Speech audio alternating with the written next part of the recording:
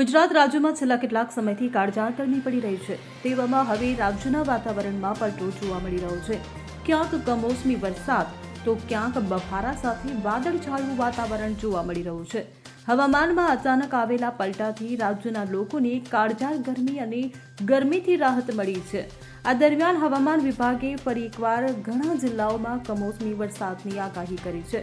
આ સાથે વિભાગે માહિતી આપી છે કે આગામી 24 કલાકમાં તાપમાનમાં ઘટાડો નોંધાઈ શકે છે। હવામાન વિભાગની આગાહી મુજબ અમદાવાદ, આણંદ, નર્મદા, ભરૂચ, સુરત, ડાંગ, નવસારી, વલસાડ, તાપી, અમરેલી, ભાવનગર અને બોટાદ જિલ્લામાં કમોસમી વરસાદની શક્યતા છે। હવામાન વિભાગના જણાવ્યા અનુસાર બાકીના જિલ્લાઓમાં વાદળછાયું વાતાવરણ અને ઠંડા પવનોને કારણે લોકોને ગરમીથી રાહત મળશે। હવામાન વિભાગે માહિતી આપી છે કે આગામી 24 કલાક દરમિયાન રાજ્યમાં તાપમાનમાં 2 થી 3 ડિગ્રીનો ઘટાડો થઈ શકે છે। Bureau report CN24 news.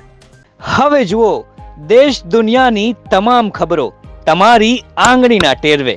ઉઠાવો મોબાઈલ અને Google Play Store પરથી ડાઉનલોડ કરો અમારી CN24 ન્યૂઝ મોબાઈલ એપ।